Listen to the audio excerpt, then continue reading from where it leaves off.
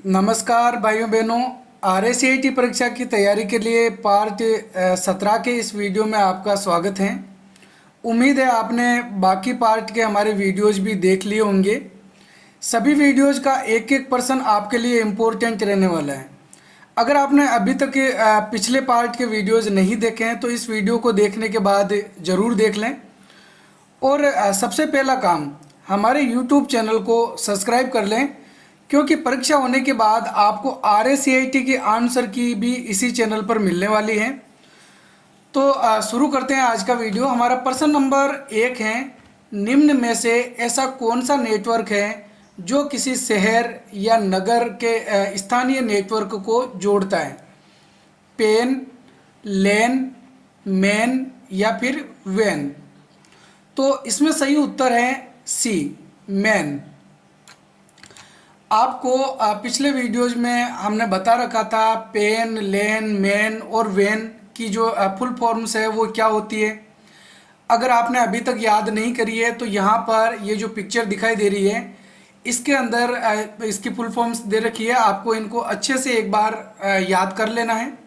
जैसे पेन की full form होती है पर्सनल एरिया नेटवर्क, लेन के लिए लोकल एरिया नेटवर्क, और मेन की मेट्रोपॉलिटन एरिया नेटवर्क, और वैन की होती है वाइड एरिया नेटवर्क। तो यहाँ पे प्रश्न क्या है कि ऐसा कौन सा नेटवर्क है जो किसी शहर या नगर के स्थानीय नेटवर्क को जोड़ता है? तो शहर या नगर के लिए नेटवर्क जो काम में लेते हैं वो होता है मेन। और पूरे विश्व के लिए अगर अपन किसी नेटवर्क की बात करें तो वो होता है वैन, वाइड एरिया नेटवर्क। इसका जो उदाहरण है वो होता है इंटरनेट।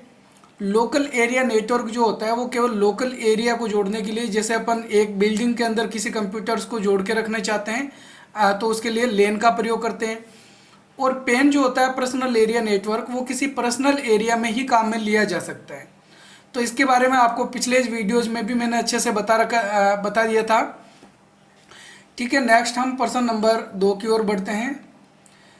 कीबोर्ड में अंकीय डेटा इनपुट करने के लिए संख्यात्मक कुंजी पटल यानी कि जो न्यूमेरिक कीपैड है उसमें कितने बटन होते हैं? 12, 17, 26 या फिर 104? तो ध्यान में रखना है, यहाँ पर आपको जो इमेज में ये एक न्यूमेरिक कीपैड दिखाई दे रहा है, इसके अंदर टोटल 17 बटन होते हैं। कितने बटन? 17 बटन। तो ध्यान में रखना है कि ये जो न्यूमेरिक कीपैड है ये क्या काम में आता है। अगर हम कुछ अंकीय यानी कि कुछ संख्यात्मक डेटा एंटर करना चाहते हैं, कुछ नंबर एंटर करना चाहते हैं, वो तेज़ गति से एंटर करने के लिए हम न्यूमेरिक कीपैड का प्रयोग करते हैं। ये डेस्कटॉप कंप्यूटर के राइट साइड में होता है। नेक्स्ट हमारा प्रश्न नंबर 3, DOS की फुल फॉर्म क्या होती है? Direct operating system, digital operating system, disk operating system या फिर डिजिट ऑपरेटिंग सिस्टम? तो ध्यान में रखना है DOS की फुल फॉर्म होती है डिस्क ऑपरेटिंग सिस्टम।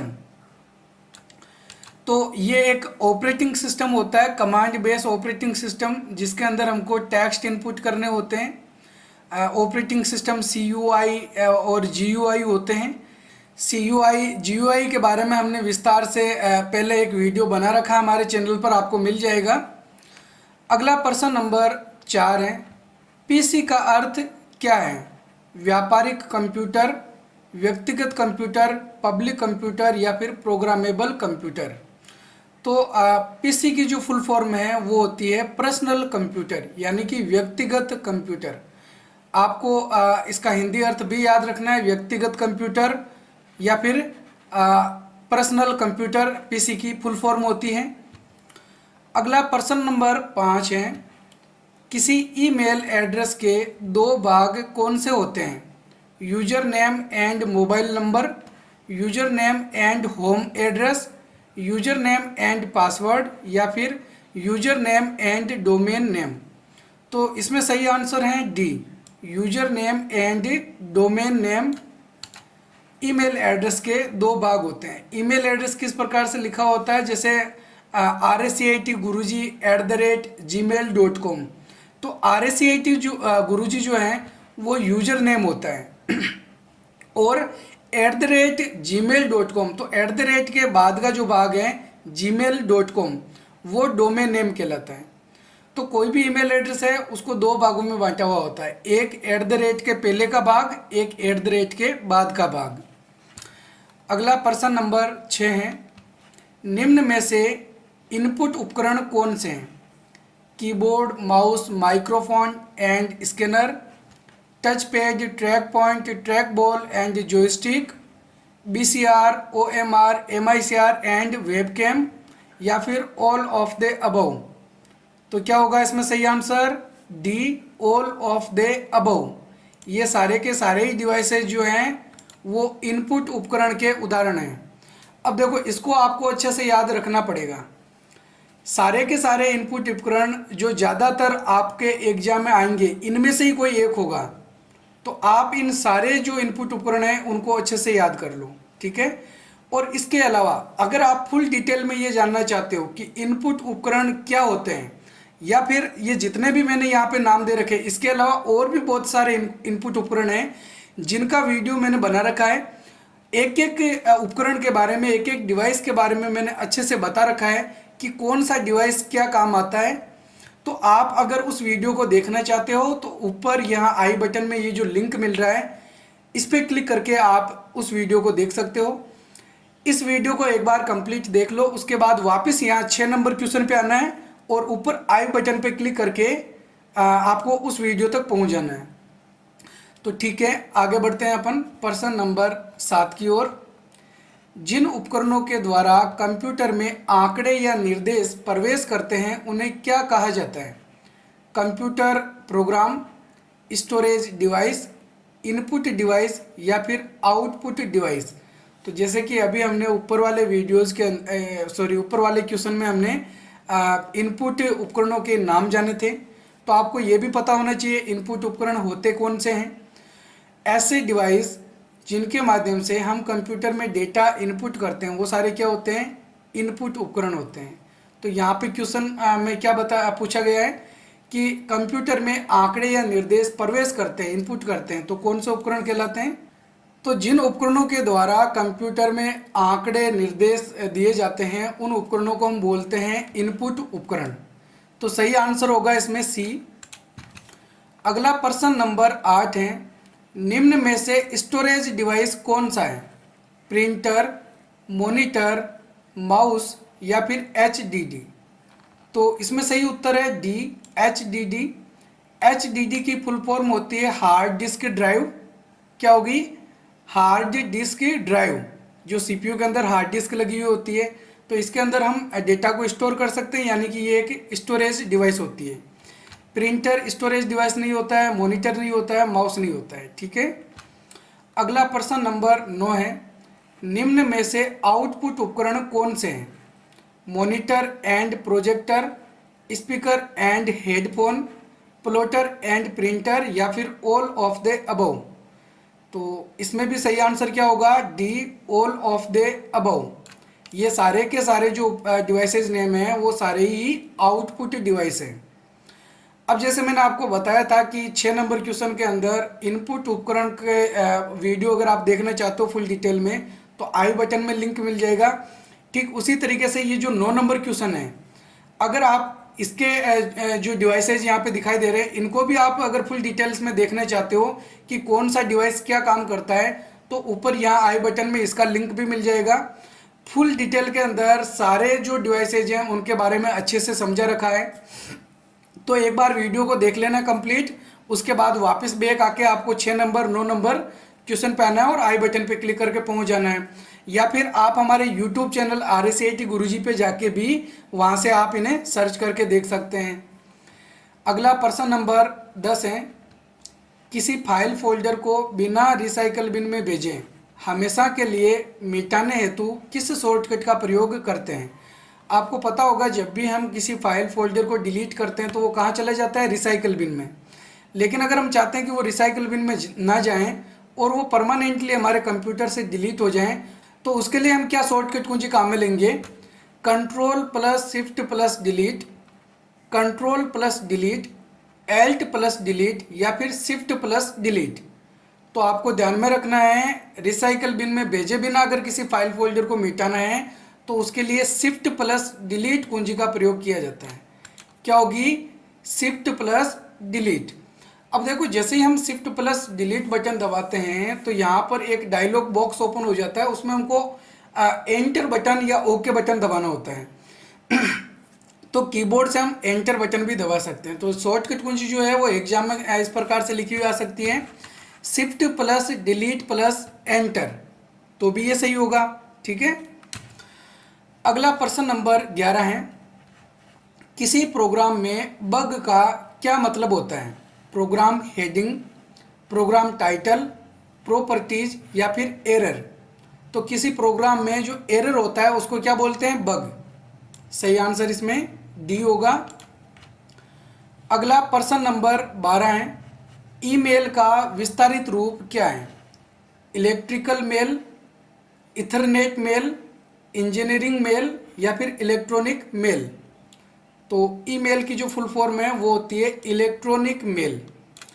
अच्छा, इसके अलावा आपको एक चीज़ और याद रखनी है कि अगर यहाँ पर ईमेल की जगह ई मित्रा लिखा हुआ आता है कि ई मित्रा की फुल फॉर्म क्या होती है, तो इसमें भी जो ई लगा हुआ होगा उसका मतलब होगा इलेक्ट्रॉनिक, इलेक्ट्रॉनिक मित्रा। ठीक है। नेक्स्ट प्रश्न नंबर 13 है, किसी टेक्स्ट को टाइप करते समय दिखाई देने वाली टिमटिमाती हुई खड़ी लाइन क्या कहलाती है? Mouse pointer, arrow line, cursor या फिर रूलर लाइन। तो ध्यान में रखना है, जब भी हम कोई टेक्स्ट टाइप करते हैं तो एक टिमटिमाती हुई लाइन दिखाई देती है, उस लाइन को हम बोलते हैं कर्सर। और हम जो कुछ भी टेक्स्ट टाइप करते हैं वो टेक्स्ट वहीं पे टाइप होता है जहाँ पे हमारा कर्सर होता है। अगला प्रश्न नंबर 14 है, निम्न में से कौन सा एप्लीकेशन सॉफ्टवेयर का प्रकार नहीं है? Microsoft Word 2010, MS paint, operating system या फिर ब्राउज़र। तो कौन सा एप्लीकेशन सॉफ्टवेयर नहीं है? Operating system.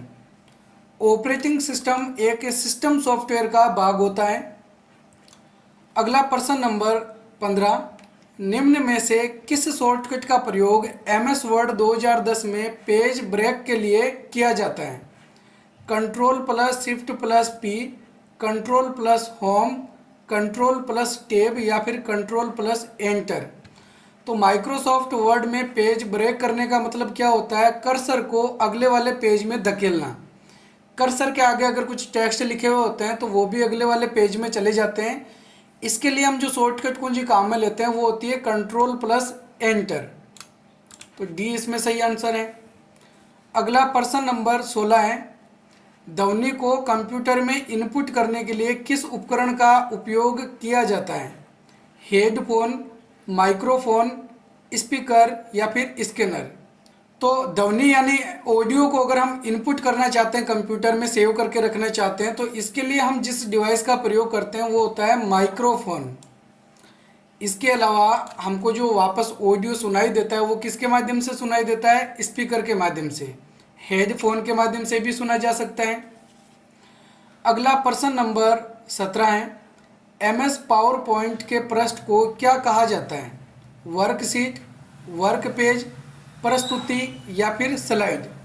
तो माइक्रोसॉफ्ट पावर पॉइंट का जो पेज होता है उसको हम बोलते हैं स्लाइड, और स्लाइडों से मिलकर पावर पॉइंट में जो फाइल बनती है उसको कहा जाता है प्रेजेंटेशन। प्रेजेंटेशन को हिंदी में बोलते हैं प्रस्तुतिकरण। ठीक है। तो पावर पॉइंट का पेज क्या कहलाता है? स्लाइड कहलाता है। पेज नहीं बोलेंगे, स्लाइड बोलेंगे। और जो स्लाइड है ये बहुत सारी स्लाइडें मिलकर क्या बनती है? प्रेजेंटेशन फाइल बनाती है। अगला प्रश्न नंबर 18 है, निम्न में से सिस्टम यूनिट यानी कि CPU जो है इसका मुख्य भाग कौन सा है? CU, ALU, MU या फिर ऑल ऑफ द अबव। तो यहाँ पर सही आंसर होगा all of the above. CU, ALU, MU ये सभी CPU के भाग होते हैं।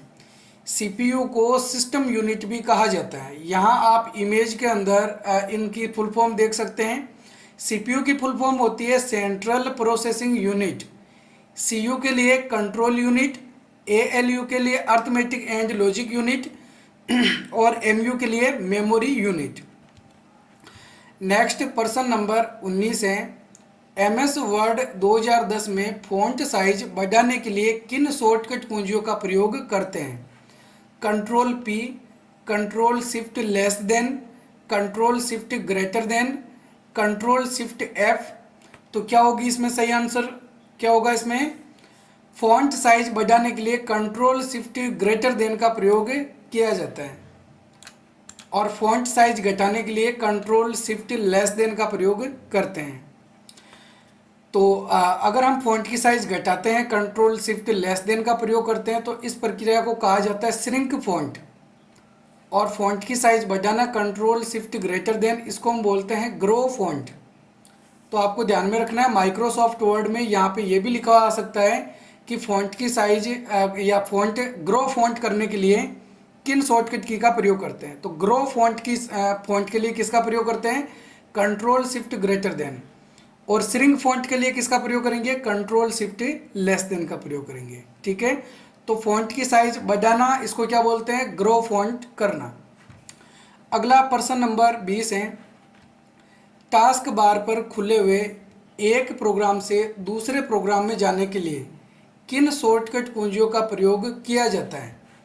Control plus pause break, control shift tab, alt plus tab, या फिर विंडो प्लस एंटर। तो टास्क बार पे हमने एक से ज़्यादा सॉफ्टवेयर ओपन कर रखे हैं और हमको एक सॉफ्टवेयर से दूसरे सॉफ्टवेयर में जाना है, तो उसके लिए हम प्रयोग करते हैं एल्ट प्लस टेब का। तो सी इसमें सही आंसर होगा। तो ये थे आज के हमारे महत्वपूर्ण प्रश्न उत्तर। उम्मीद है आपको हमारा वीडियो पसंद आया होगा। अगर आपने अभी तक हमारे YouTube चैनल RSCIT गुरुजी को सब्सक्राइब नहीं किया है तो अभी तुरंत सब्सक्राइब वाले बटन पे क्लिक करके सब्सक्राइब कर लें, क्योंकि कल जो RSCIT की परीक्षा होने वाली है इसकी आंसर की भी आपको इसी YouTube चैनल पे मिल जाएगी। तो वीडियो में लास्ट तक बने रहने के लिए धन्यवाद। और अगर आप OMR सीट भरना जानते हैं तो ठीक है, अगर नहीं जानते हैं तो आप इस लिंक पे क्लिक करके OMR सीट भरना भी सीख सकते हैं, या आप जान सकते हैं कि RSCIT परीक्षा में किस प्रकार की OMR सीट आने वाली है। तो ठीक है, हम मिलेंगे एक और नए वीडियो में। तब तक के लिए जय हिंद, जय भारत। RSCIT की तैयारी करते रहें।